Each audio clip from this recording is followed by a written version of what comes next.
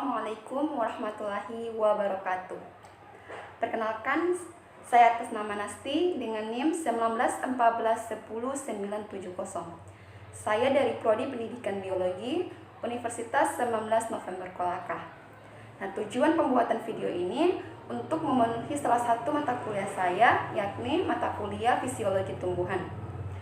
Nah, pada kesempatan kali ini saya akan menjelaskan materi dengan judul enzim.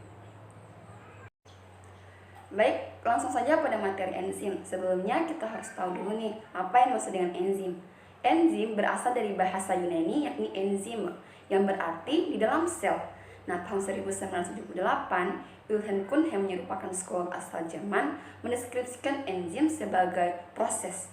Yang kemudian istilah enzim ini digunakan menjadi biokatalisator yang berfungsi untuk mempercepat reaksi biologis tanpa ikut bereaksi, dan sederhananya enzim adalah katalis yang membantu percepatan reaksi biologis. Oke, kita masuk pada struktur enzim. Enzim tersusun atas dua bagian. Yang pertama apoenzim dan gugus protestik. Apoenzim merupakan enzim tersusun dari protein, yang mana apoenzim ini adalah jenis yang paling mendominasi dari semua struktur enzim yang ada. Nah, sifatnya sendiri itu dia labil, menjadi mudah berubah apabila dipengaruhi suhu, juga pH. Sementara gugus protestik itu adalah enzim yang tersusun dari non-protein.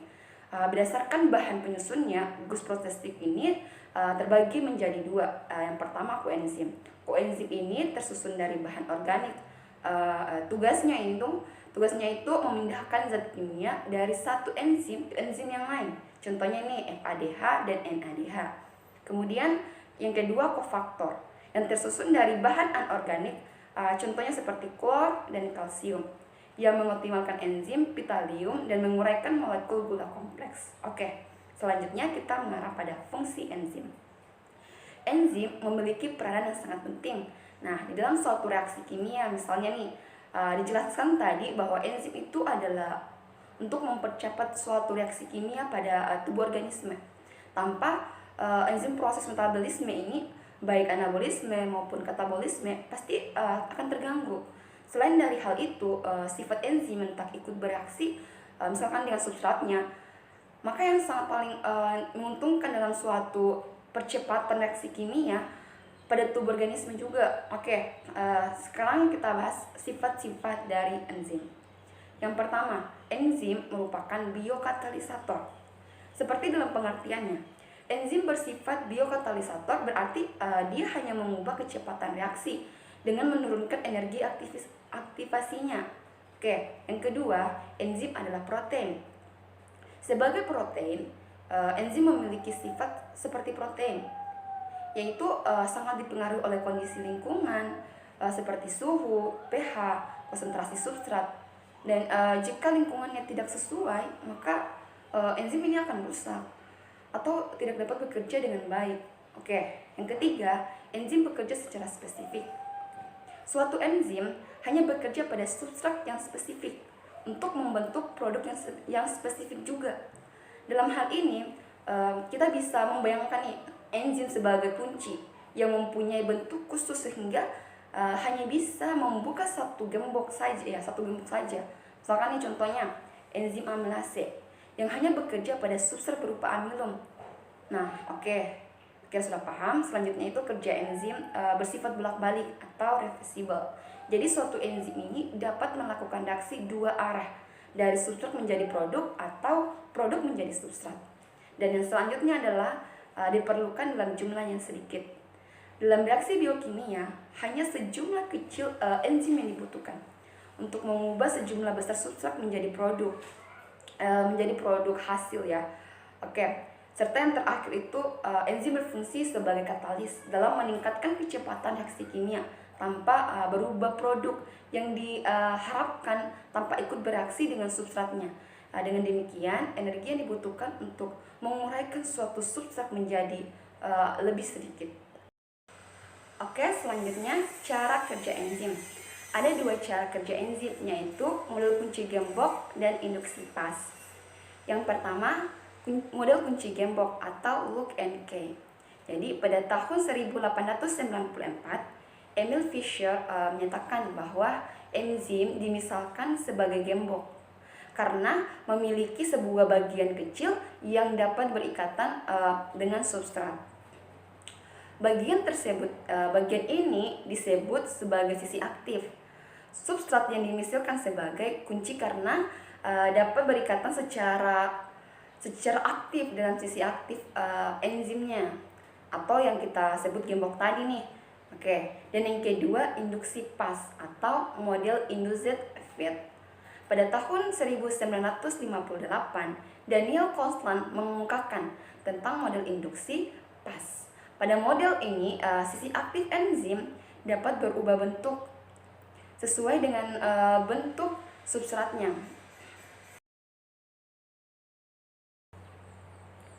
Baik, kita masuk pada pembahasan selanjutnya, yakni klasifikasi enzim.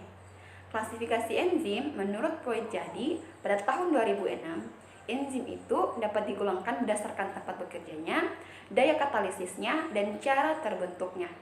Oke, kita bahas satu persatu. Kita mulai dari yang pertama, yakni penggolongan enzim berdasarkan tempat bekerjanya. Berdasarkan tempat bekerjanya, enzim itu terbagi menjadi dua. Yang pertama endoenzim dan yang kedua eksoenzim.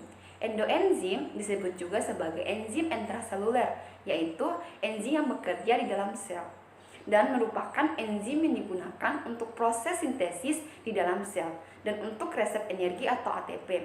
Hal ini berguna untuk proses kehidupan sel, misalnya dalam proses respirasi. Oke, sedangkan eksoenzim disebut juga sebagai enzim ekstraseluler, yaitu enzim yang bekerjanya itu di luar sel dan berfungsi untuk mencernakan. Secara hidrolisis untuk dijadikan molekul yang lebih sederhana dengan lebih rendah sehingga dapat masuk melewati membran sel. Kita lanjut pada klasifikasi yang kedua, yakni penggolongan enzim berdasarkan daya katalisisnya. Berdasarkan daya katalisisnya, enzim terbagi juga atas dua.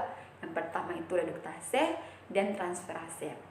Oke, yang mana reduktase ini itu adalah enzim yang mengkatalisis reaksi oksidasi reduksi yang merupakan pemindahan elektron hidrogen atau oksigen. Sebagai contohnya itu adalah enzim elektron, yang mana transfer oksidase dan hidrogen peroksidasenya itu. Sedangkan untuk transferase itu dia mengkatalisis pemindahan gugusan molekul. Pemindahan gugusan molekul itu berasal dari satu molekul ke molekul yang lain.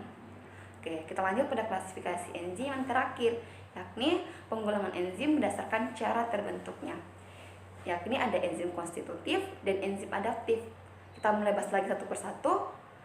Oke, konstitutif itu dia enzim yang terdapat di dalam sel, yang merupakan bagian dari susunan sel normal, sehingga enzim tersebut selalu ada. Nah, pada umumnya dalam jumlah yang tetap dan ada pada sel hidup. Walaupun demikian, ada enzim yang perintah konstruktifnya itu, misalkan pada substratnya itu dia seperti enzim amilase. Sedangkan enzim-enzim yang lain itu dia proses respirasinya itu tidak berdasarkan perintah konstruktif, dan tentunya sesuai dengan kadar substratnya sendiri. Sedangkan enzim adaptif dia itu sesuai dengan perubahan lingkungan yang dapat menginduksi terbentuknya enzim tertentu. Induksi ini itu menyebabkan kecepatan sintesis suatu enzim dapat dirangsang sampai beberapa ribu kali.